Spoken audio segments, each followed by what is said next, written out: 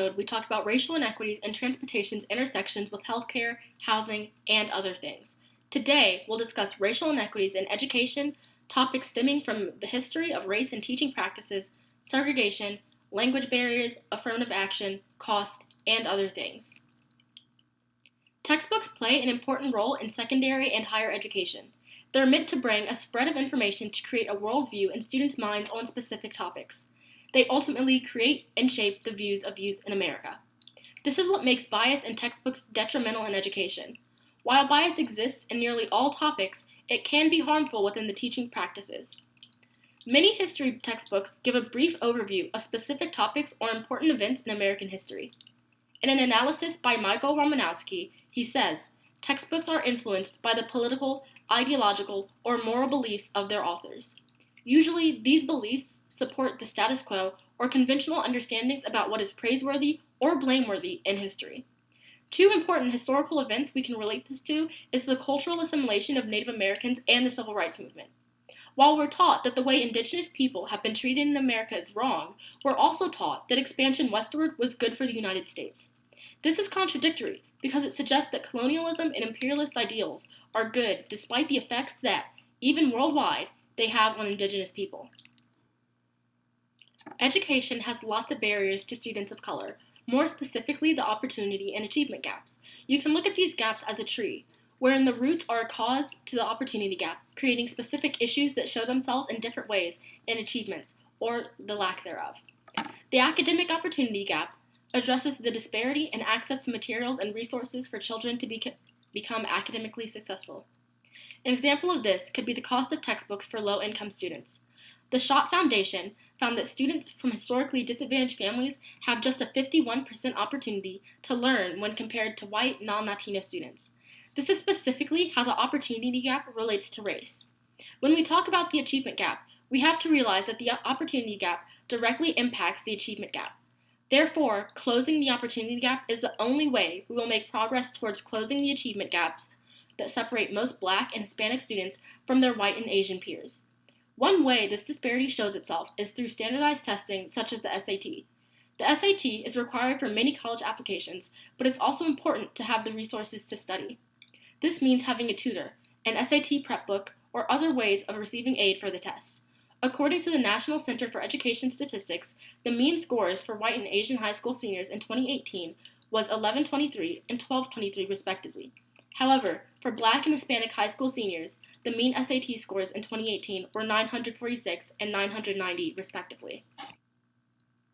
While segregation is illegal in the United States, de facto segregation is very prominent in many communities, including school districts.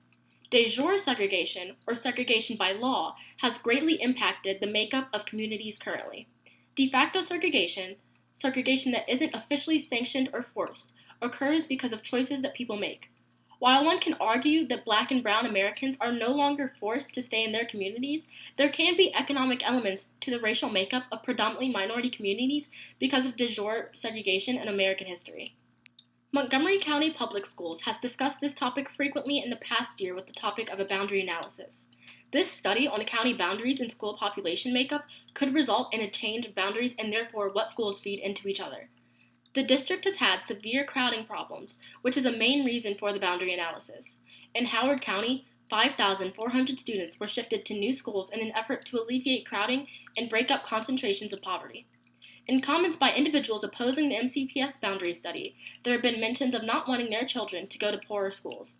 While the study's purpose isn't due to income clusters and disparities, some see it as a means of sending their children to schools with less opportunities. However, by changing the distribution of wealth between schools, those with less opportunities have the chance to have more. This is because wealthier parents, especially those with the time to attend PTA meetings, can donate or support their children's school financially, unlike low-income parents. We also must recognize that the case of Brown versus the Board of Education desegregated education but didn't end the impact of segregation in the country. ESOL students are important to public education, being that their schools are meant to provide support because English isn't their first language. However, experts have said that the current approach taken by public schools isn't effective. At least 50% of school-age children will be non-English speaking backgrounds in 2020. Funding plays an important role in the effectiveness of providing for ESOL students because these programs may lose funding or become less prioritized when schools lay off teachers and enlarge class sizes. Also, many ESOL students receive the same testing as students whose first language is English. This makes testing especially complicated for them if they don't receive the proper support. Colleges and university systems in the United States are also an important topic.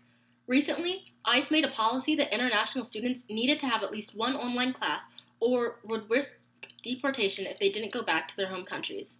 This was just over a month before most college classes would have started. While ICE did overturn the policy because of lawsuits from many colleges, it did cause a panic and highlighted a struggle for many international students about their status in the U.S. regarding their education.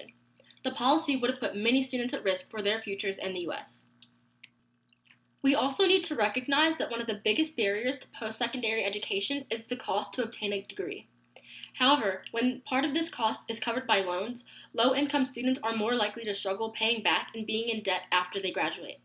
One way to alleviate these concerns is to attend a community college for 2 years and use those credits to transfer to a 4-year university, or to attend a community college and 4-year university simultaneously.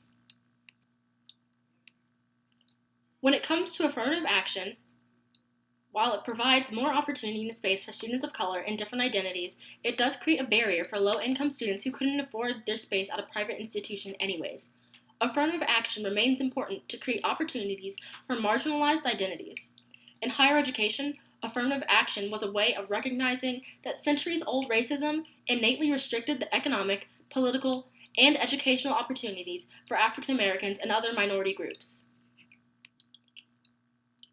Historically, Black colleges and universities have always provided a safe space for African Americans and other minorities to attend higher education. However, it's important to recognize that they were created because Black Americans had no other place to go for higher education.